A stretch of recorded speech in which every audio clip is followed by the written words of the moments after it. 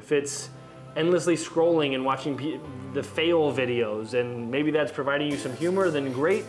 But you have to stop and ask yourself, is this moving me forward? Is this going to help me get to those goals that I want?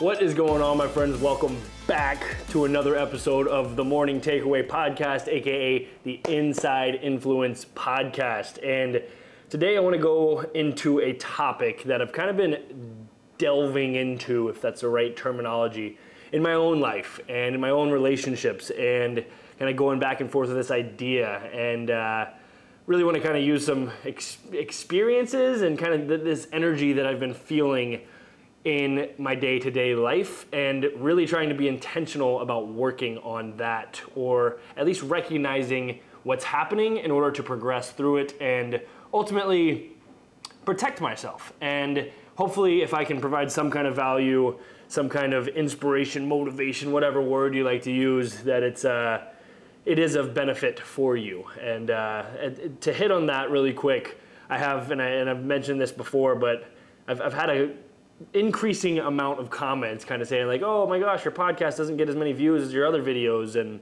I want to hit on that because it's deeply something that I am passionate about.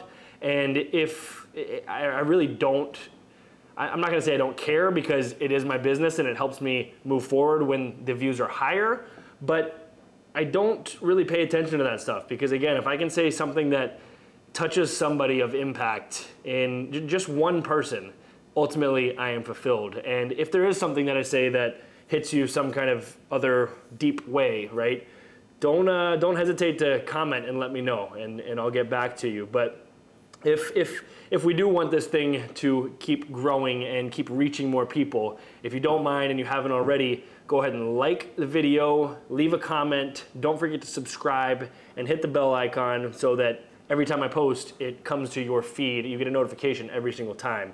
And what that does is it increases the YouTube algorithm, and it helps me tremendously. The longer you watch and listen, the more it helps me out. And obviously I have to try to keep your attention, but that's ultimately up to you if you find what we're talking about here interesting, right? So without selling you on YouTube and my life as a content creator any further, I want to talk about the idea of relationships. And if you know who Jim Rohn is, he is a success. He was a kind of this entrepreneurial mind, motivational speaker, coach to a lot of successful people in today's world, entrepreneurs, content creators alike. And he has a famous saying that you may have heard before. And it goes a little something like this: you are the average of the 5 people you hang around most. Now, I love that quote because it is something that is completely within our control. And if you take that quote and you apply it to other areas of our life, whether it's content we consume, music we consume, whatever kind of these external circumstances are that we have control over picking, they ultimately have a profound effect on how we live our lives, right? If you take the content, for example, if you're constantly watching things that maybe entertain you, then great, and it provides you value. If it's endlessly scrolling and watching the fail videos, and maybe that's providing you some humor, then great. But you have to stop and ask yourself, is this moving me forward? Is this going to help me get to those goals that I want? A lot of us, whether you have money or don't have money, whether you have friends or don't have friends, family or no family, right? Whatever these circumstances that you're given, we all have goals, and we all want to know how to get there. There is no fast track. There is no fast hack to getting there. And it's like I talk about all the time, it's a daily decision stacked on another daily decision, stacked on another daily decision, compounded over time, that makes up your days and ultimately makes up your life. Now, that was just the content version, I guess, example, if you take our music, think about the music you listen to. I think, for example, when I was in high school, I was really big into rap. And not that rap was bad, but think about what the general content is and topics around most of what rap music is talking about, right? It's violence, it's drugs, it's sex, it's, you get the point. And subconsciously, our brains are hearing this, and it's ultimately making up more and more subconscious thoughts. Now, why do I talk about all of that to ultimately talk about our relationships? Well, I think that's just a good example to use, considering everything that we do on a daily basis is affecting our subconscious mind and our conscious mind. Well, when you get to who you want to be as a human being and the goals that you want to achieve, a lot of what it comes down to is the people that you hang around. And I want to talk about the energy giving versus energy sucking, because this is something that I'm really struggling with in my own life. And this is what I alluded to at the beginning of the podcast. I wouldn't say I'm struggling it, rather I am diving into the idea so that I can come to a firm grasp on it as I continue to live my life, right? I recognize different relationships that move me forward. I recognize different relationships that maybe I don't like how I feel when I'm hanging out with those people, right? And the older we get, if you think about your parents, how many best friends do they have when they're 50, 60, 70 years old? It's usually not more than 5. Most of the time, it's usually not more than 1 or 2. And the older we get, the more these people start to narrow down. And call it what you want, but ultimately, is that not just the decision that we have to control who we talk to, who we hang around, who we want to be around, right? We get to choose who those people are. Now, I want to talk about, again, this positive or energy giving versus energy sucking. Now, think about something, and this kind of has to do with your purpose or your passion, but think about something that you do, and when you get done with it, it gives you more energy, right? For me, it's doing a podcast like this. I get all amped up, and after I'm done doing the podcast, I feel like this natural energy to keep going, and the motivation and the inspiration, even though it's just me talking to the camera. It's having a deep conversation with somebody and diving into their life. It's something I'm deeply passionate about, and connecting with people. And those conversations where you go so deep and you're vulnerable and you're open and connected, it gives me energy. When I work out, it gives me a different kind of energy to, boom, yes, we just won that workout. Let's keep going on through our day. That's why I like to do it early in the morning, right? You should do more of those things that give you energy, you should do more of.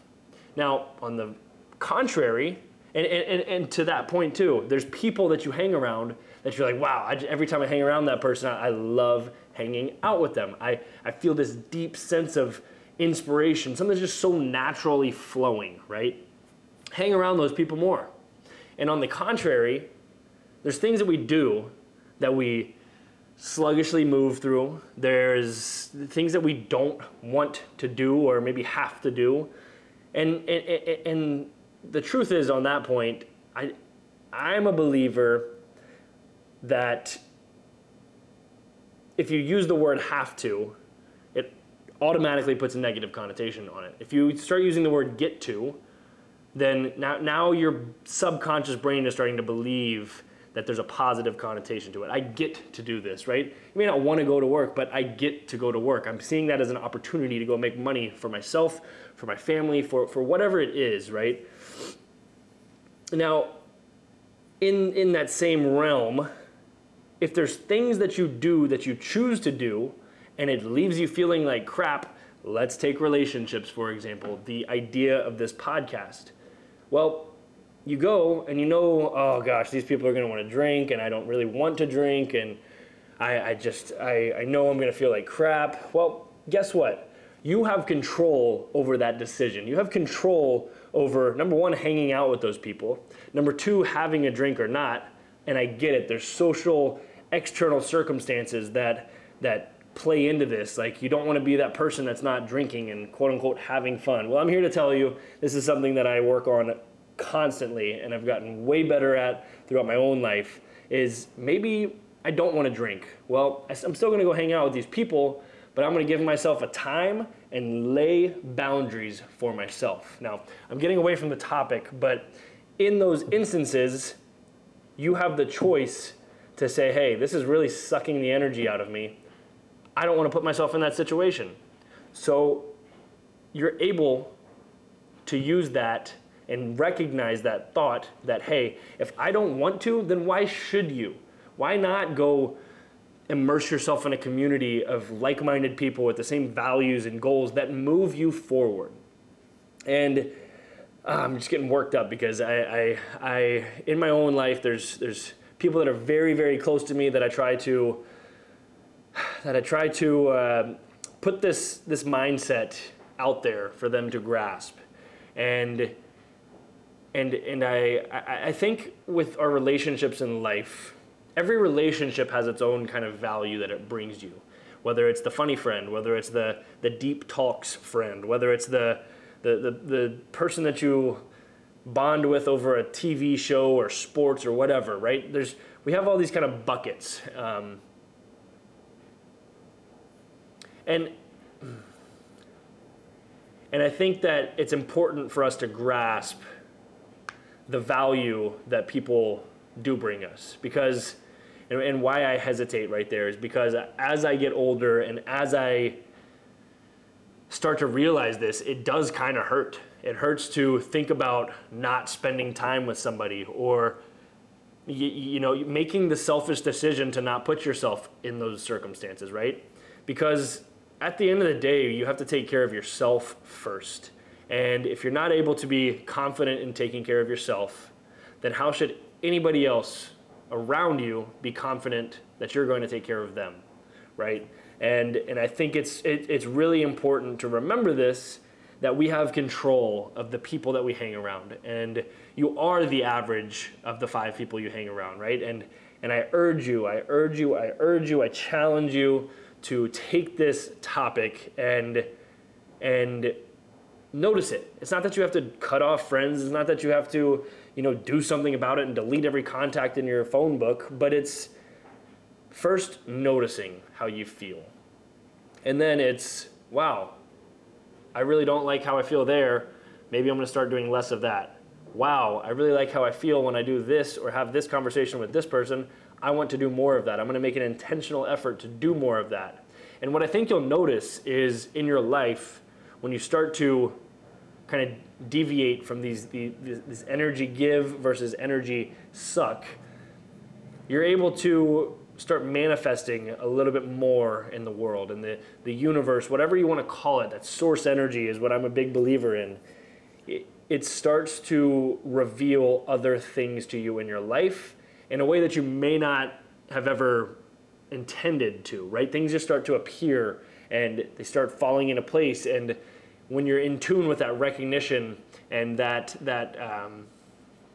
energy, you're able to progress forward. And I think that's super powerful. It's, again, something that I'm working on. It's something that I take very seriously, because if I want to get to the goals that I want to get to, whether it be interpersonally, whether it be financially, whether it be entrepreneurially and in business, whether it be whatever it is, then I have to set myself up to be around those environments that move me forward. And I think it's the same for anyone else out there.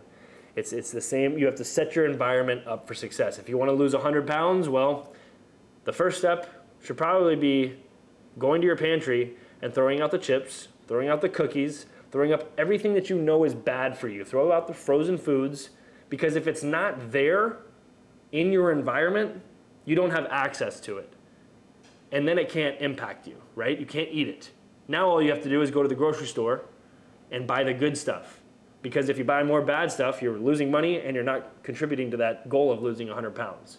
So setting that environment up for success. And I know I looped that up into one big whole thing right there with you are the average of the 5 people you hang around, but that is your environment and what you are cultivating for your own future. And I think it's deeply, deeply important for us to all kind of come to grips with. So that is what I have for you today. I know that was kind of deep and in there, but that's what this podcast is for.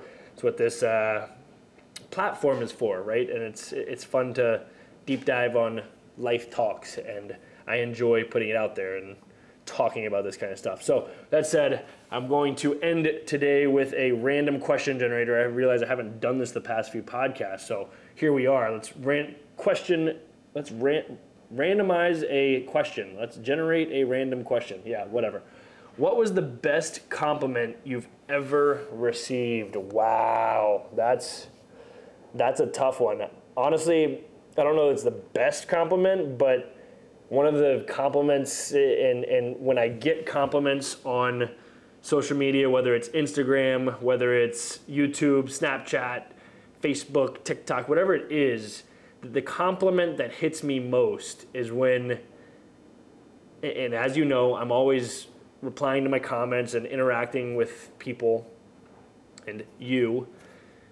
The comments that hit me the most are the ones that say, "You are changing my life. You are having such an impact on me. You are the positivity brings me so much motivation," or "I've lost 100 pounds because of whatever, because I've been following you," right? Like those kind of compliments that have something to do not with me, but whoever is commenting it.